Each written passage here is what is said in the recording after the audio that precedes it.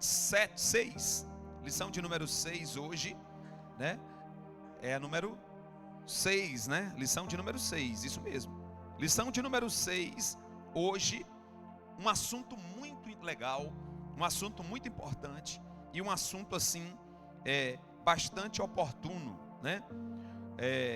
Esse assunto de hoje, a importância da disciplina na igreja, é um assunto que cabe a todo cristão ter essa ministração sobre a vida dele. Por quê?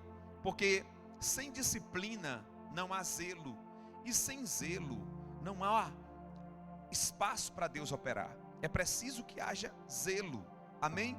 Então o intuito dessa lição hoje é uma lição bem pastoral, é uma lição bem orientadora, e já começa com Hebreus, esse versículo de Hebreus, que é um versículo muito top. Hebreus, está aqui já, ó, Hebreus capítulo 12, versículo 11. Na Almeida, revista e atualizada, está assim: toda disciplina com efeito, no momento, não parece ser motivo de alegria, mas de tristeza. Mas depois, entretanto, produz um fruto aos que têm sido por ela fruto de justiça. Amém? Eu prefiro que você coloque na ACF, na nossa Bíblia, e esse verso, para a gente poder contemplar em uma outra versão. Coloca na ACF aí, por favor, como esse texto é importante para nós. E ao mesmo tempo é um texto que nos ajuda no nosso posicionamento, né, irmãos? Porque de fato, né, ser confrontado, quem disser que gosta de ser confrontado está mentindo. Ninguém gosta. Mas a verdade é que nós precisamos saber lidar com o confronto. Quando o confronto é saudável, quando a disciplina tem objetivo doutrinário, por exemplo, tá bem? Então vamos aqui na ACF. E, na verdade, toda correção ao presente, ou seja, no momento, não parece ser de alegria, senão de tristeza, mas depois produz um fruto pacífico de justiça nos exercitados por ela. Olha como mudou. Ficou bem interessante essa tradução aí, ACF. Então, irmãos, todos nós precisamos compreender que em algum momento da vida nós vamos precisar ser disciplinados. Nós vamos precisar ser confrontados. E aí, eu já quero começar a introdução nessa noite com essa dinâmica do que significa a palavra disciplina. A nossa introdução está falando aí agora sobre, já pode colocar na introdução, né? Numa igreja, olha só, numa igreja descompromissada com a sã doutrina, crentes como Ananias e Safira, olha, são até homenageados por sua liberalidade e altruísmo. Todos nós ouvimos a leitura, não vimos? A Camila fazendo a leitura sobre Ananias e Safira.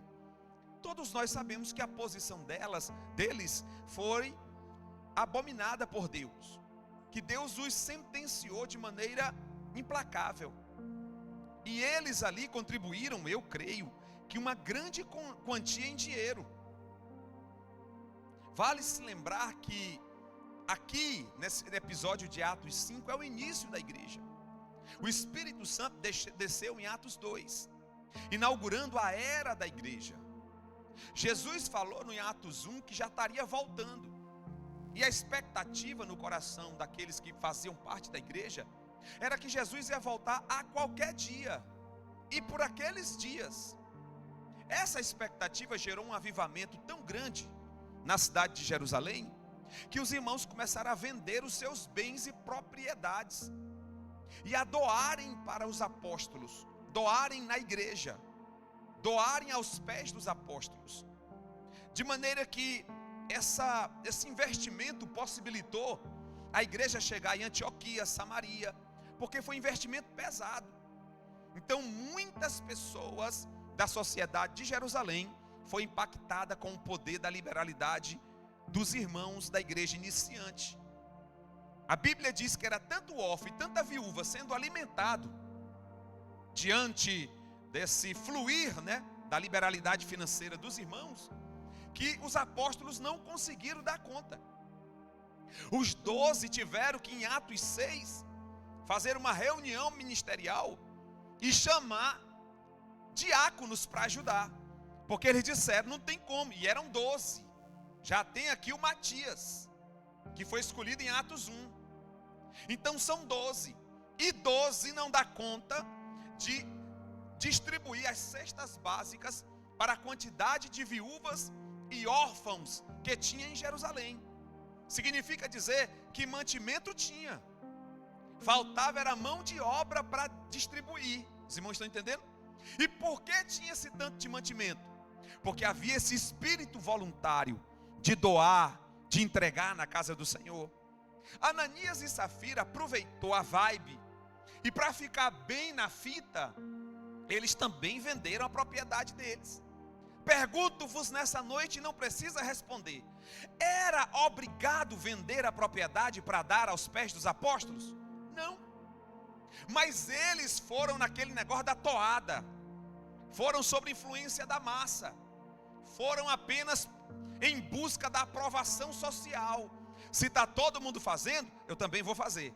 Só que eles tramaram, como os irmãos já sabem. Houve uma trama maligna na casa de Ananias. Ele e a mulher tramaram. De que forma? Disseram assim: olha, nós vamos vender, só que Pedro, que está lá na frente da igreja, não precisa saber de quantidade. A gente dá uma parte, para eles vai ser como se desse tudo, a gente vai ser aplaudido, ovacionado dentro da igreja. Significa dizer, irmãos, nessa noite, que é por isso que nós temos que clamar pelo espírito da profecia, da revelação. Sim ou não? Então, na igreja atual, essa é a provocação da introdução. Na igreja atual, se Ananias e Safira dessem uma quantidade que eles deram, eu creio que foi muito, em se tratando de oferta, vamos pensar, venderam uma casa. Quanto é uma casa em Portugal? Vamos lá, uma casa, um T2. Um T2 em média, um T2 assim, na Amadora, por exemplo. Um T2 na Amadora está em torno de quê? 240 mil? Essa média? 300 mil? T2? T2 arrumado, nessa média. Pensemos que eles disseram entre eles: olha, vamos dar 100 mil e vamos pegar 200 mil, comprar um terreno ali para o lado de Massamá e fazer uma casa com mais 100. Olha a trama.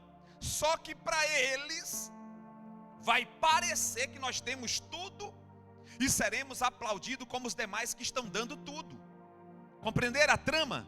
Em cima dessa trama, a provocação da introdução é: a igreja atual estaria batendo palmas, dizendo: olha, meu Deus, que casal top, mais um casal abençoado na igreja, dando 100 mil de tudo o que eles tinham.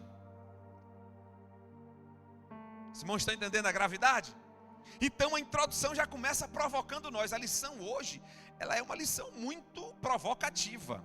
Que Deus nos dê misericórdia, tenha misericórdia de mim, para que depois alguém não diga: o pastor estava dando indireta para mim. E não é isso, é a proposta, né, pedagógica da lição, não tem como fugir. Amém, irmãos? Porque hoje em dia doutrinar a igreja é sinônimo de dar indireta. Não, irmãos, a gente tem que falar a verdade, ler a palavra, ensinar a palavra. Em algum momento a palavra me bate, tem dia que a palavra me bate, que eu fico ali, ó, de um lado para o outro, para casa, na casa, Camila diz assim: ficou doido, agora ficou, bichinho ficou doido. Não fez nem 50 anos e já ficou assim, meio. E ali é a palavra confrontando, você fica de um lado para o outro, fica agoniado. Eu fico igual os judeus quando estão rezando, então, orando. Então assim, quando a palavra confronta, pega aquilo que lhe cabe e cresça, e flua, porque a palavra não tem por objetivo abater-nos. Amém? Então, esse é o propósito da introdução, tá bem? Ponto de número 1, a disciplina e sua necessidade. Irmãos, uma igreja sem disciplina é uma igreja fadada ao fracasso. Ou seja, uma igreja sem doutrina, porque não existe disciplina sem doutrina. Nós temos que disciplinar, uma vez que foi ensinado os limites, os padrões. Um código, é dado um código civil. Em cima do código civil, se aplica as leis. O nosso código é o código celestial. Em cima desse código celestial, Deus vai ou salvar ou sentenciar ao juízo. Então nós temos um guia, um código. E aqui é a base doutrinária da nossa disciplina. Vamos lá. Muito bem. Definição da palavra disciplina. O que é disciplina? Você pode ler comigo? O que é disciplina senão ensino? É uma pergunta, já está respondendo, é uma pergunta retórica, tá? O que é disciplina senão ensino? Então, às vezes, eu tenho que disciplinar o meu filho, ou o Alan, ou o Anthony, né? Com uma palavra de direcionamento, mas que confronte alguma coisa. Por quê? Porque aquilo está gerando um aprendizado. Aquilo é novo para eles. Então, disciplina é ensino, tá certo? Mas possui também ela o seu lado grave, a correção. Provérbios capítulo de número 15, versículo de número 10, vai doer, mas vai nos ajudar. Amém? Quem veio para esse culto hoje, se prepare, porque a palavra de Deus ela tem esse negócio, né? Todos nós devemos ter uma noção. Estamos em processo de aperfeiçoamento e, portanto, somos um produto com defeito. Provérbios 15, 10. A correção molesta para o que deixa a vereda, e o que aborrece a repreensão morrerá. Vamos trocar a tradução? Nessa ACF não ajudou, tá vendo? É bom ter mais de uma Bíblia em casa, umas 4 Bíblias. Uma ARA, uma ARC, uma ACF, a 2011 e a 2007 ACF, e uma outra, por exemplo, uma NVI, que é uma linha diferente, que vem lá dos códigos, lá dos manuscritos alexandrinos. É bom ter 3 diferentes. Olha que a diferença agora. A disciplina rigorosa há para o que deixa a vereda, o caminho. E o que odeia a repreensão morrerá. Aquela outra que você tinha. Essa é a ARC, né? ARC. Vamos ver então a ACF, que é a que eu tenho aí. ACF, vê como é que está lá. Eita, provérbios doído, hein? Aí é doído, vamos lá. A correção severa há. Correção severa há para o que deixa a vereda ou caminho. O que odeia a repreensão morrerá. Irmãos, tem nós muitas vezes, eu não vou falar tem gente não, vamos falar de nós. Nós temos muita dificuldade com o confronto. Nós temos muita dificuldade com uma admoestação. Vamos fazer um exercício aqui, fala comigo, admoestação. É a exortação que a gente chama. A admoestação é o confronto, é a correção, é a palavra dura de correção. E o que nós chamamos de como é o nome? Falhou agora. De exortação. Exortar. A palavra exortar significa animar. A palavra admoestar, corrigir. Então a gente troca essas palavras. A gente diz assim, como é que foi o culto lá, o ciclo de oração das mulheres? Rapaz, foi fogo puro. E como é que foi? Foi só exortação. Então foi só animação. Então a gente usa a exortação da forma errada. A palavra exortação é animar, dobrar ânimo. Agora a palavra admoestar, aí sim, é disciplinar, corrigir. Então a gente às vezes troca, no senso comum vai ficando exortação, mas o certo é admoestação, né? Então a admoestação, né, nos causa um desconforto. Quem já não ficou desconfortável quando alguém chegou e disse, fulano, não vai por esse caminho? Quem já não ficou desconfortável quando alguém chegou e disse assim, não tome a ceia de qualquer jeito? Quem já não ficou desconfortável com uma palavra contrária àquilo que você vem fazendo? Todos nós ficamos um momento, um dia. Então, a correção tem esse peso. Então, a palavra disciplina significa ensino e também correção. O seu objetivo é conscientizar-nos quanto às consequências das nossas atitudes. Bate no ombro do irmão e diga para ele: atitudes geram consequências. Atitudes geram consequências. Gálatas capítulo 6, verso 7. Gálatas 6, 7. Não erreis. 2 pontos para explicar. Deus não se deixa escarnecer. Ponto e vírgula. Porque tudo que o homem semear, isso também ceifará. Isso aqui é a famosa lei da semeadura. Tudo que nós semeamos, nós também colhemos. Então essa é uma lei, irmão, infalível.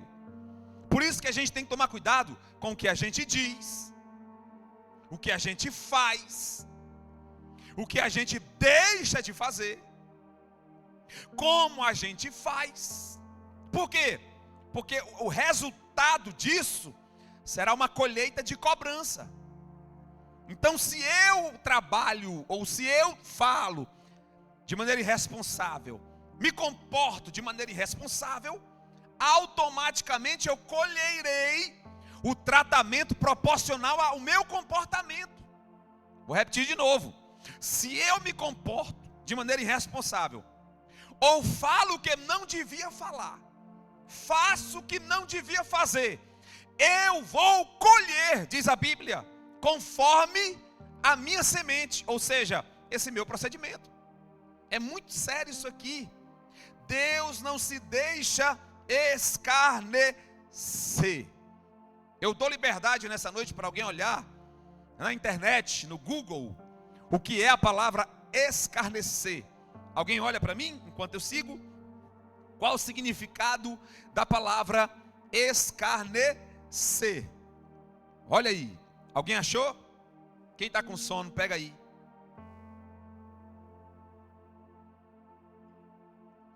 Quem achou no Google? Fala, bem alto. Escarnecer. Zombar. Ridicularizar.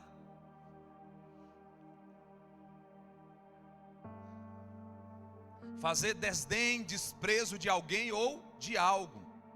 Então Deus está dizendo nessa noite, quando eu desprezo a Deus, ajo de maneira desprezível diante do Senhor, desprezo a santidade de Deus, aí a advertência de Deus é: cuidado, porque Deus não se deixa escarnecer.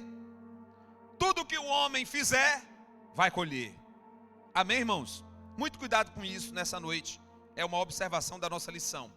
Já vamos para o ponto de número 2. Vamos terminar aqui essa leitura? Diga comigo nessa noite: a falta de disciplina pode conduzir à morte. Irmãos, nós temos que ter disciplina, nos autodisciplinar. Irmãos, uma vida disciplinada não é fácil. Uma vida que tem horário para as coisas, horário para estudar, horário para orar, horário para fazer as coisas. Disciplina em casa com coisas pequenas, limpeza, organização. Só produz o quê? Bons frutos, bons resultados. Tem alguém desorganizado aqui nessa noite? Que joga tudo para cima, sai tirando a roupa, joga a meia. Em nome de Jesus, eu quero repreender esse espírito de desorganização, desordem. Eu soube que 2 obreiros foram à cidade de Bilbao, na Espanha, e diz que o quarto dos obreiros virou um verdadeiro cenário de guerra. Irmãos, tinha tudo que você pensar, até pé de mandioca estava nascendo no quarto. Para vocês terem ideia, alguém foi buscar os obreiros, surpreendeu os obreiros, abriu a porta, entrou e falou: pastor, misericórdia. Era meia para um lado, era roupa de baixo para o outro, era camisa virada para o outro lado. Mas Jesus, o bom é que Jesus é misericordioso, irmãos. Então, a partir de hoje, desenvolva para o seu próprio bem e dos que te cercam, mas disciplina. Bota o sapato no lugar, dobra a roupa, não deixa o que não deve pendurado no banheiro. Quer me matar é deixar o que não deve pendurado no banheiro. Não faças tal coisas, tal mal aos outros. Lava o coador do café. Coou o café, lava. Meu Deus, que dificuldade você pegar aquele negócio. Bota uma colher dentro, tosse ele. Mete um pouquinho de detergente, dá uma chaculejada, tosse com a mão. E qual é a dificuldade disso, irmãos? Nós estamos criando peso, sobrepeso para alguém. Quando eu deixo de arrumar minha roupa, ei, aqui em casa quem passa minhas camisas sou eu. Quem passa os ternos sou eu. Quem lava minhas camisas sou eu. Ninguém pega. Esses dias a irmã Luana, a missionária Luana, estava fazendo uso aí da máquina e tinha uma camisa minha. Quando ela foi fazer assim, eu disse: ela, ui, é pecado? Eu disse: quase pecado botar minhas camisas na máquina. Eu lavo a mão. Amém? Os irmãos estão entendendo? Pastor, que dureza é essa numa noite como essa? Não tinha outra coisa para você falar, não? Está me complicando na minha casa. Mas Deus está trabalhando e vai te ajudar. Amém? Irmãos, experimente disciplina em pequenas coisas.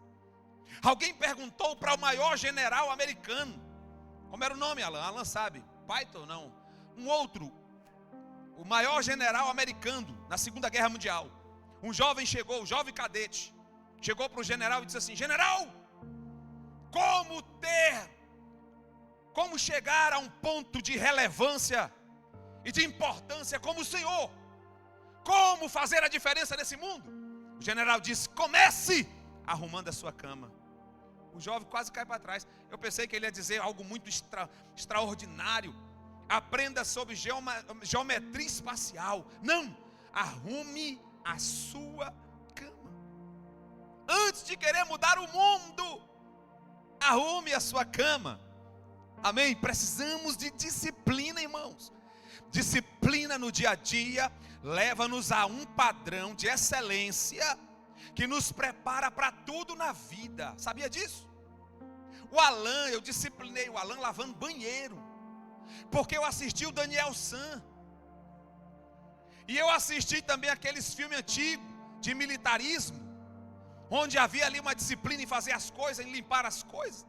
Eu aprendi com a Super Nani, não é do tempo da maioria aqui, desculpa essa geração iogurte. Super Nani no Brasil, as irmãs lembram quem é, né? Que ia para a casa dos meninos que fazia birra. Aí a mãe ficava lá com o menino negociando. A Super Nani chegava e dizia: você não vai fazer, você vai parar agora. E quebrava tudo e não sei o que. Ela dizia: não há nada que você faça que me convença a não te dizer não. Conscientize-se. Pode chorar, pode espernear, pode quebrar tudo, a casa é tua. Compreenderam, irmãos? Aqui eu fui aprendendo com aquilo. Aí eu peguei Alan e disse assim: Alan, o canto do banheiro tem uma sujeirinha, mas por causa aquela sujeirinha você pode limpar ela com um pano, mas por causa daquela sujeira você vai limpar o banheiro de novo, todo. Aí ele vinha de novo, preparava o sabão, ensinei ele a preparar o sabão, escovar o vaso, escovar a área do banho, escovar tudo, canto por canto. Aí ele escovava tudo de novo, enchia tudo de espuma. Aí eu dizia: agora vamos lá, enxugando, limpando, puxando. No Brasil ainda bem, Luiz, que tem lá os ralos na parte de cá, que aqui não tem isso, né? Aqui é pior ainda, viu? Se alguém quiser treinar isso com seu filho aí, ou com o seu marido, já comece a fazer, porque aqui é mais difícil, tá bom? Então aqui o negócio é mais embaixo, é mais complicado ainda para secar. E o Alan, ele ficou disciplinado. Onde o Alan chega, as pessoas já observam a disciplina dele. Ele chegou agora num trabalho aí, ele foi cuidar do meu pai no Brasil. Ele saiu do Brasil com 8 anos, do meu estado no Brasil com 8 anos. E voltou lá para os dias finais do meu pai, que estava com câncer no pâncreas. E ele foi ficar com meu pai um tempo, até eu poder ir. Enquanto eu terminava meus trabalhos, em dezembro eu ia. E ele ficou lá uns 2 meses. Mais ou menos uns 2 meses lá. Irmãos, encantou todo mundo. Por quê? Disciplina. Amém? Minha esposa. Então, precisamos nos disciplinar em pequenos detalhes. Pequenos detalhes. Olha, tenha brilho. Tenha brilho. Ei, homem, tenha brilho. Ande, ó. Eu gosto do G, que o G só anda no naipe. Eu acho que é Rosa que arruma ele. Mas você já viu que ele só anda no naipe? Que isso reflita lá também, né? Então, o homem tem que ter um brilho. O cabelo está grande demais, vai lá e dá um trato. O barbeiro tem filho. Então nós precisamos, irmãos, nos organizar. Tá bem? Bota o desodorante, se ajeita, arruma o sapato, alinha tudo. Tem homem aqui que não sobrevive sem mulher. Eita Jesus, deixa eu ver quantas pessoas tem na live. Tem homem que não sobrevive. Atenção, você que está na live, marido, o que será de você sem sua mulher, rapaz? Sobreviva sem ela. Faz seu café, desembola as coisas. Sim ou não? É claro. Irmão, disciplina em pequenas coisas nos prepara para grandes oportunidades. Vou repetir. A disciplina em pequenas coisas nos preparam para grandes oportunidades. Pessoas indisciplinadas, a oportunidade grande chega e passa. Pessoas disciplinadas, as oportunidades grandes chegam, ele agarra e ele é calculista, a visão dele é diferente. E aí ele valoriza e é abençoado. Amém, irmãos? Bom, a disciplina no Antigo Testamento, vamos lá. Vai apertar mais ainda um pouquinho, mas vai dar tudo certo, tá bem? Por intermédio dos seus profetas, Deus mostra ao seu povo o valor e a imprescindibilidade da disciplina. Complicou aqui o autor, não foi? Vamos para Jó capítulo 5, verso 17. Olha aí. Isso é Deus, viu? É Deus agora que vai falar com a gente. Jó 5, 17. Pode colocar. Jó 5,17. Em breve, Tiago, nós vamos ter o recurso de Santarém, que o texto aparece aqui na live, ó, na frente aqui da live. Também eu amei aquilo ali, domingo eu estava lá. Você fala o texto aqui, aparece na live, na cara aqui. Tá bem? Bom, quem está lá na live não acompanha a leitura. Eis que bem-aventurado é o homem a quem Deus repreende. Não desprezes, pois, a correção do Todo-Poderoso. Irmãos, e uma coisa muito séria, eu me preocupo muito em me intrometer entre Deus e alguém que Ele está corrigindo. Sempre que eu pretendo fazer alguma coisa por alguém, até mesmo interceder, eu pergunto: Senhor, é o Senhor que está com a mão? Para que eu não ore debalde? É o Senhor que está tratando? Eu estou perguntando isso direto. Por quê? Porque eu já entrei em dividida, e quem é que estava em cima? Era Deus. E aí você, quem é que perde? Somos nós. Então olha só, eis que bem-aventurado é o homem a quem Deus... Você não está entendendo nessa noite que é feliz quem está passando por algum tipo de processo proveniente do próprio Deus? Quem mexeu com Jó não foi o diabo não, irmão, foi Deus que deixou. Deus que permitiu a prova de Jó. O diabo é apenas uma parte, uma engrenagem. Os irmãos estão entendendo? O controle da nossa vida está em Deus. Tem coisas que é Deus, eu repito, tem coisas que está acontecendo na vida de alguém, de um servo de Deus aqui de Odivelas, de um adorador dessa casa, que não é o diabo, não é o inimigo, não é pessoas, não é o infortúnio da vida, é Deus. Deus às vezes tira para treinar, para dar dobrado. Deus às vezes proíbe para poder fazer crescer, gerar estrutura para receber algo muito melhor. Feliz daquele que não despreza os processos de Deus. Feliz daquele que aprende a ter paciência e a dizer: Senhor, é o Senhor que está nisso? Eu fui muito inspirado pela vida do pastor Robson aqui em Portugal. Tudo que acontece que vem contra ele, ele pergunta: o Senhor está nisso? Tudo que acontece. Inclusive ele ainda não respondeu a carta lá em relação à sede. Porque ele disse: Deus não falou comigo, eu só posso falar se Deus me autorizar. Eu não vou agir humanamente.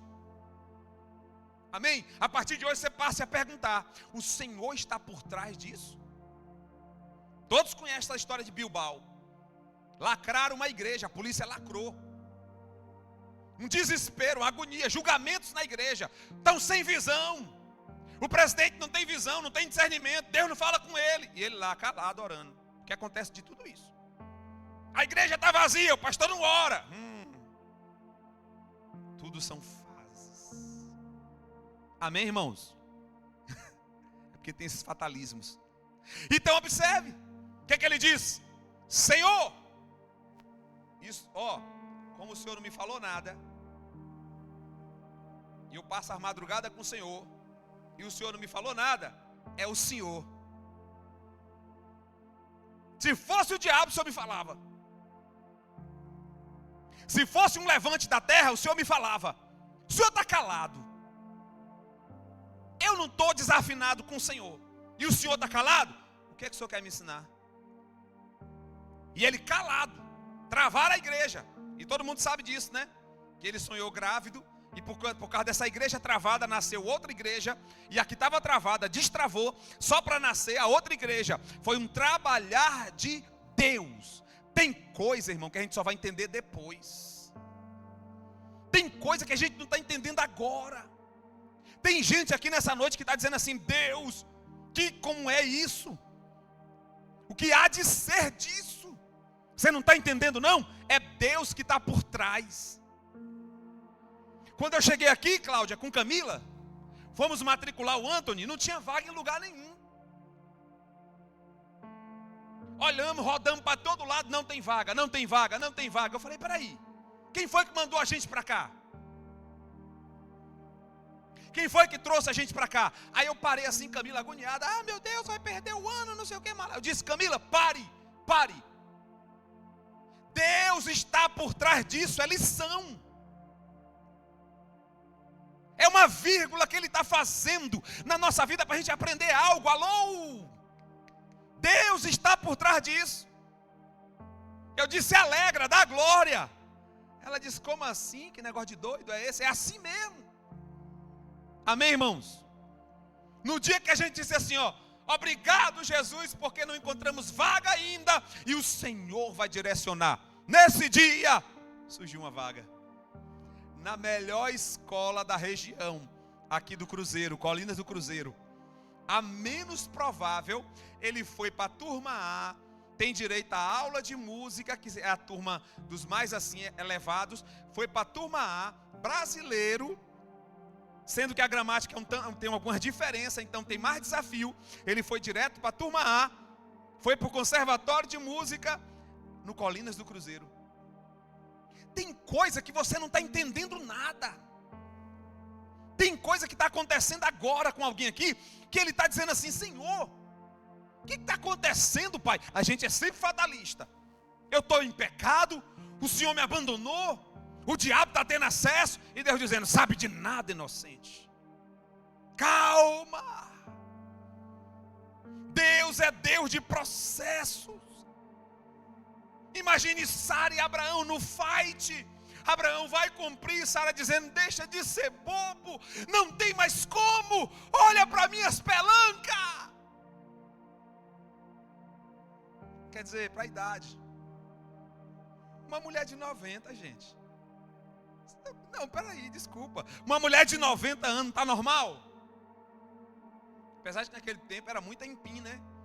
Carne de cabrito e leite de cabra. Mas observe bem. Olha o fight. Enquanto as coisas não esclarecem, a gente tende a se atribular, se inquietar. Mas a notícia de Deus para nós nessa noite, a advertência, a disciplina tenha calma agora. Tem uma lição a ser aprendida. Depois que a lição é aprendida, o deserto acaba. E a terra de Canaã é acessada. Mas a terra só é acessada depois da lição aprendida. Quanto mais demorar de aprender a lição, mais o deserto prolonga. Os irmãos estão entendendo nessa noite? Amém, irmãos? Coloca por favor aí Salmo 25, verso de número 8. Salmo 25, verso de número 8. Olha que coisa forte. Bom e reto é o Senhor, por isso ensinará o caminho aos pecadores. Confia. Sabe o que esse texto está dizendo para mim nessa noite? Calma, confia, filhão. Calma, descansa, filha. Descansa, filho, porque quem está escrevendo a tua história é bom e reto. E eu quero fazer veio uma inspiração aqui agora que eu vou ter que falar. Eu estou inspirado demais nessa noite. Veio uma inspiração aqui agora, irmã Cláudia.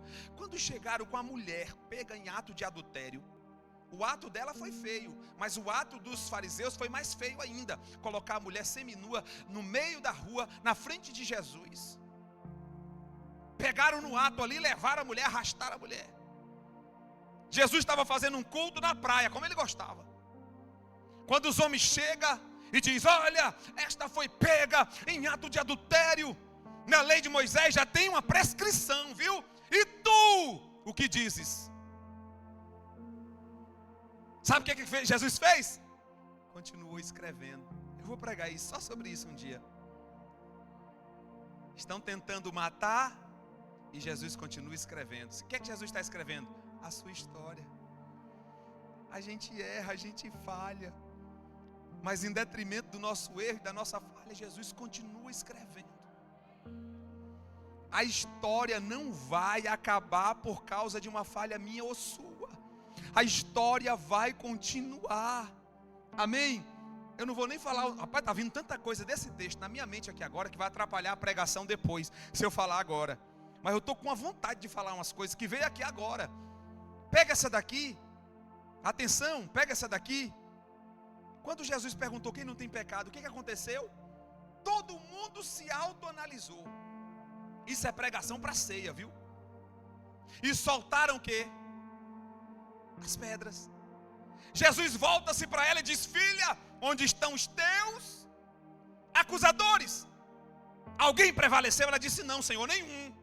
Foram embora, Senhor. Aí ele disse: então vai e não peques mais. Aprendeu a disciplina, filha? Não é não peques mais no caráter geral, é não peques mais naquilo que você vem fazendo. Rompa com isso. Corta isso, porque é isso aí que está prejudicando você. Era o quê? O adultério. Corta isso. Cortou? Cortei, pai. Pois agora vai embora. Presta atenção. Eles soltaram as pedras, sim ou não? Jesus mandou ela embora, sim ou não? E ela passou por cima de quê? Eu não vou nem falar mais nada. Eu não vou nem falar mais nada que vai atrapalhar minha pregação depois. Então, queridos, nessa noite, o nosso Deus é bom e reto. Ele está dizendo: eu estou cuidando de tudo, fica tranquilo. Provérbios 6, 23, a disciplina é tão preciosa quanto a própria vida. Olha o quanto a Bíblia valoriza a disciplina de Deus. Parece-me, analisando a Bíblia como um todo, que estar em disciplina é melhor do que estar na bênção. Por quê, pastor? Porque na disciplina a gente está mais ali, ó. A gente está mais firme, está mais rente, está mais vigilante, está mais atento, está procurando saber das coisas, está mais apto ao crescimento. E na bênção? A gente dá uma relaxada. Parece até que muitas vezes o deserto é mais ambiente de aprendizado do que Canaã. Por isso que a Bíblia está valorizando a disciplina. A disciplina é tão preciosa quanto a própria vida. A Bíblia chega a comparar o ato de ensinar, de aprender com Deus e com a palavra e com as lições da vida que Deus permite, é tão precioso quanto a própria vida. Significa dizer que uma vida sem disciplina da parte de Deus, de orientação da Bíblia, é morrer. Quem entendeu esse paradoxo?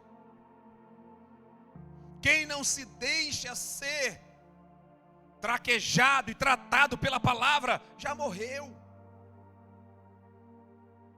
Está frequentando a igreja por aí, mas já morreu.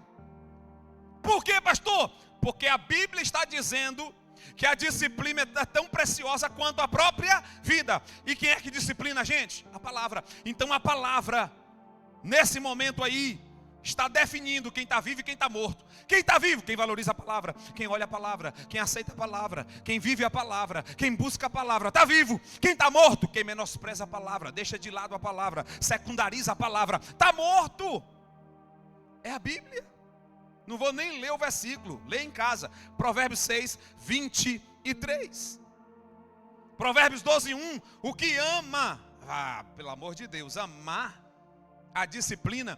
Só que disciplina aqui não é só correção, é disciplina no intuito de doutrina. Eu amo os princípios do Senhor. Quem está entendendo aqui, irmão?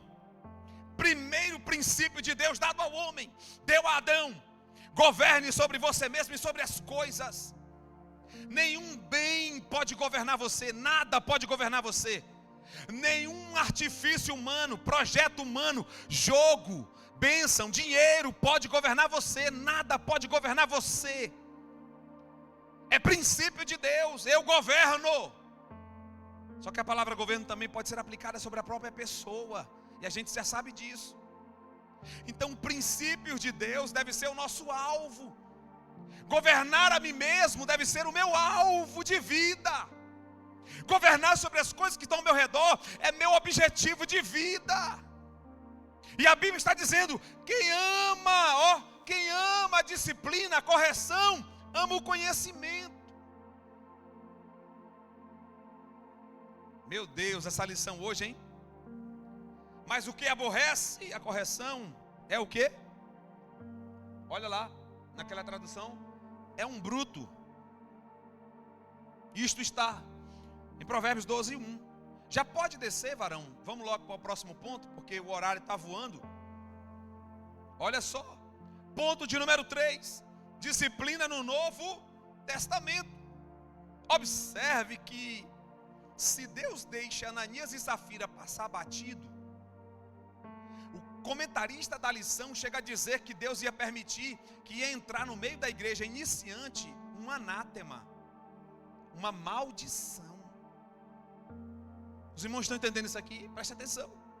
Embora vivamos sobre os termos da nova aliança, Deus em nada mudou quanto ao padrão de disciplinar o seu povo. Haja vista que no Sermão do Monte, agora além de o Senhor ratificar o 7º mandamento, por exemplo, requer que tenhamos nós um coração puro. Jesus disse o que ali no Sermão do Monte? Não está escrito na lei que aquele que adulterar será réu do juízo? Eu, porém, vos digo que aquele que cobiçar, não precisa nem adulterar, só em desejar já cometeu adultério. Ficou mais estreito, sim ou não, irmãos? Vamos nos policiar, homens da igreja Adéfia de Velas. Atenção, nós temos nesse momento 7 pessoas na live. Se policie com relação à sua disciplina dos olhos, a disciplina do coração. Por quê? Porque às vezes a gente está cometendo coisas graves no dia a dia, Mas às vezes a gente está muito ligado a padrões morais da igreja e está dizendo só o ato é que é digno de disciplina. Não, a Bíblia está dizendo diferente. Jesus disse diferente. Jesus disse: só em você olhar, atenção, aqui é um reino de consciência. Aqui não é reino de aparência, de farisaísmo. Ó, não sei quem caiu, está leproso, vamos matar, disciplina ele. Não. Jesus está dizendo, ou é um reino de consciência ou nada. Ou você se autoexamina e não se preocupa com o exame dos outros, mas o seu autoexame diante da palavra, ou nada. É tudo ou nada, foi o que Jesus disse. Eu não vou esperar o ato para julgar. Os irmãos estão entendendo a gravidade da graça, o perigo da graça? Então, Deus em nada mudou o padrão disciplinar do seu povo. Aí ele fala do Sermão do Monte, Mateus capítulo 5, verso 26 e 28. Por conseguinte, viver sob a lei do Espírito requer uma disciplina ainda maior. Na graça de Deus hoje, irmão, nossa disciplina é uma disciplina onde nós estamos na lei do Espírito. No Antigo Testamento, a disciplina era relacionada a atos concretos. Na graça de Deus, a disciplina é relacionada a posicionamento de consciência. Meias verdades, arrumadinhos, até tem pecado até de omissão. No Novo Testamento, o bem que eu sei que tem que fazer, não faço, cometo. Tiago. É tão grave que o fato de você fazer um bem que você sabe que deveria fazer, estava no seu alcance, e você não faz, já comete um pecado. Olha a gravidade da graça. É por isso que Deus nos trouxe aqui nessa noite, irmãos. E tinha que ser eu, tinha que ser você, tínhamos que ser nós, para estarmos ouvindo essa lição. E mais ali os 10 que estão na live. A gravidade do que Deus está pedindo de mim, de você, é muito grande. Por quê? Porque a disciplina é proporcional à responsabilidade que Deus quer nos dar. Vamos anotar isso aí? Bota no grupo aí, Fran. A disciplina é proporcional à grandeza do que Deus quer nos dar. Se Deus cobra muito de você, às vezes Deus cobra mais de um do que dos outros. Sabia disso? Sabia que tem gente que não pode nem ter muita algazarra, brincar demais, que Deus cobra? Eu creio nesse mistério. É sério, Deus trata com cada um de um jeito. Só que o nível de exigência de Deus com você é proporcional ao grau de responsabilidade que Ele tem te dado, que Ele vai te dar. Anota de novo, o nível da disciplina de Deus com você é proporcional ao que Deus tem para lhe entregar. O nível da disciplina que Deus tem com você é proporcional ao que Deus tem para te entregar. Eu não sei se alguém aqui já fez essa pergunta. Meu Deus, mas por que comigo é tão difícil? Por que tudo comigo é mais trabalhoso? Eu me fazia essa pergunta direto. Aí Deus dizia para mim assim: é porque você não sabe o grau da responsabilidade que eu vou lhe dar. Portanto, o tamanho da disciplina é proporcional à beleza e à grandeza do que Deus vai nos entregar. Você não pode desprezar isso. Atenção, se atente, se atenha. Pastor, mas pastor, é uma atrás da outra. Eu saio de uma e vem outra. Eu saio de outra e vem outra. É Deus te sacudindo. Para quê? Para te preparar, te habilitar para uma responsabilidade grande que Ele tem para você. Deus não te dá sossego. É aquela música lá do... Como é o nome? Eu não tenho sossego de... Do... Não tenho descanso, né? Você lembra mais ou menos como é a música? Eu estou querendo cantar, mas não lembro. É do Alessandro Vilas Boas. Alessandro Vilas Boas, né? Pois é. O fogo nunca dorme, o fogo nunca apaga, nunca apagará. Muito top, irmãos. Eu não tenho descanso, eu não tenho sossego. Deus, tem gente aqui dizendo assim: Deus, eu só quero poder desfrutar de um ambiente de plena paz. Aí Deus te bota na guerra.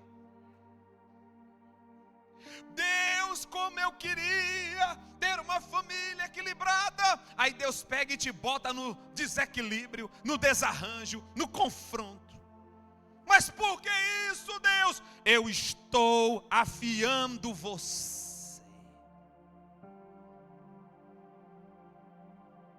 Tem coisa que está vindo na vida de gente que está na live aqui nessa noite, que é Deus afiando você, vaso. Porque o que Ele tem para tu, vou repetir, é proporcional ao nível de exigência do céu, é proporcional ao nível de disciplina do céu.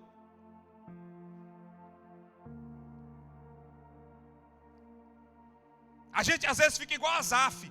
Mas por que o Marco anda todo alegre, bonitão, feliz? Olha a cara dele. Carro novo. E comigo é essa lamúria, essa luta. É um leão que eu não consigo matar nunca. O bicho é duro. E o Marco vai e mata o leão de 7 horas da manhã. 10 horas da manhã o leão já está amarrado. E eu venço o dia e não mato o leão. O que está acontecendo, pai? E o pai de olho em você, é porque eu estou de olho em você. Se eu deixar você matar o leão no tempo que você quer que o leão morra, você já passa para o próximo plano, já me deixa de lado, e eu preciso te afiar. Irmão, o negócio aqui estreitou hoje, sim ou não? Deus está afiando vasos aqui. Ei, tem coisa que vem na vida da gente, não é para matar ninguém, irmão. Deus não vai deixar você morrer. É porque Deus não quer que você tenha Ele como último recurso. Tenha Ele como primeiro recurso.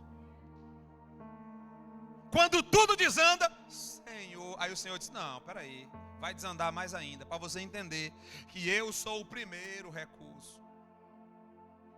Quem está entendendo, irmãos? Amém?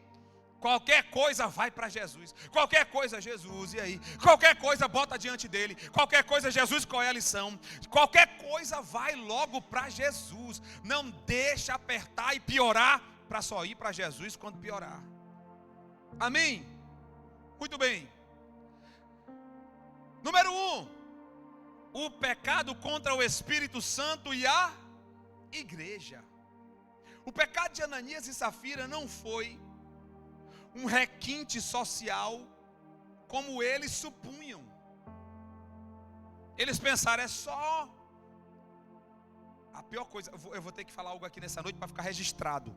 A pior coisa que pode existir na vida de um crente é pensar, é dar menos gravidade àquilo que Deus tem como gravíssimo. A pior coisa que existe na vida de um crente é dizer assim, que nada. Tem um demônio que diz assim, ó, tem um demônio chamado que nada. Dá nada não. É pouca coisa. É 3 demônios. Um é banguelo, o outro é ascendente. E o outro é cego. Que nada, tem nada não. Dá nada não. 3 demônios, são primos. Tem coisas que para Deus é seríssimo. Esse casal brincou com Deus.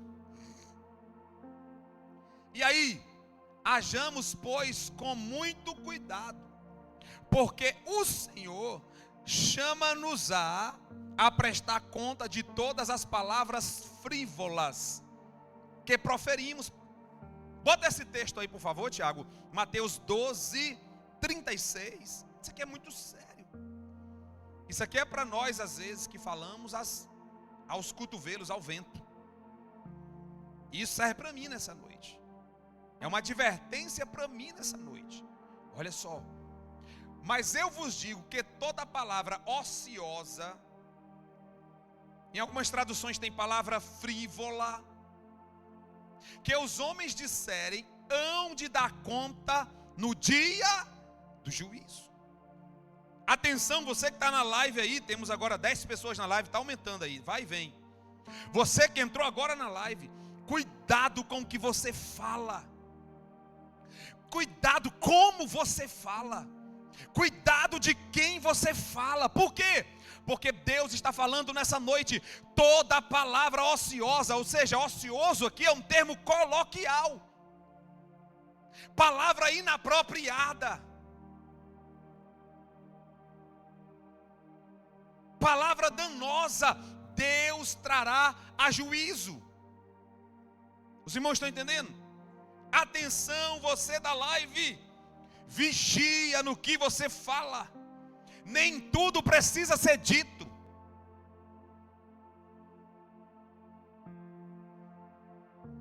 Vamos botar um ABS na língua. Por quê, irmãos? Porque senão, se for só nesse freio aí antigo, tem gente que já está com o disco já desgastado. Ih, já falou. Já bateu o carro, já falou. Não dá tempo nem de frear, já falou. É uma velocidade em falar, é uma agonia para falar, para dizer. Deixa eu dizer uma coisa aqui, o que está estabelecido, está estabelecido. Ninguém precisa estar se impondo, eu vou me impor, vocês vão ver, eu vou me impor. Esquece isso. O que Deus tem planejado, aquele que está escrevendo na areia lá, continua escrevendo até hoje. Está planejado, está feito, está feito. O Senhor não perde o controle, tenha paciência, tenha calma, refreia a língua, se acalme. Quem está ouvindo essa palavra nessa noite? Vamos lá. Vamos colocar agora aqui. Aí vem aqui a sequência agora, ó. Se somos disciplinados na palavra de Deus, jamais cairemos no erro de Ananias e Safira. Mentira, hipocrisia e roubo. Como vem você agindo? Pergunta. Como eu tenho agido? Que mais? Outra pergunta. Tem se dado a mentira, ou seja, praticado como recurso de vida? Porque tem gente que tem a mentira como uma ferramenta, um estilo de vida. Cuidado, os mentirosos não terão guarida no reino de Deus. Apocalipse 22:15. Vamos parar de usar a mentira como recurso. Ponto 2. Uma oferta como a de Caim. Oferta pela metade, irmão. É uma coisa que eu tenho dito muito aqui na igreja de Odivelas. Atenção, amados. Vamos vigiar em como nós estamos nos entregando a Deus. Estamos fazendo pela metade, estamos fazendo de qualquer jeito. Deus não recebe de qualquer jeito. Deus não recebeu a oferta de Caim. Deus não recebeu a de Ananias e Safira, ainda puniu. Então, se eu posso fazer o melhor, por que não fazer? O mínimo que eu posso fazer é o melhor de mim mesmo. Vamos falar isso nessa noite, juntos? 1, 2, 3, sim. O mínimo que eu posso fazer é o melhor de mim mesmo. Se for para ser meia boca, eu nem começo. Amém, irmãos? Vamos nos colocar de pé. Glória a Deus. Eita Jesus.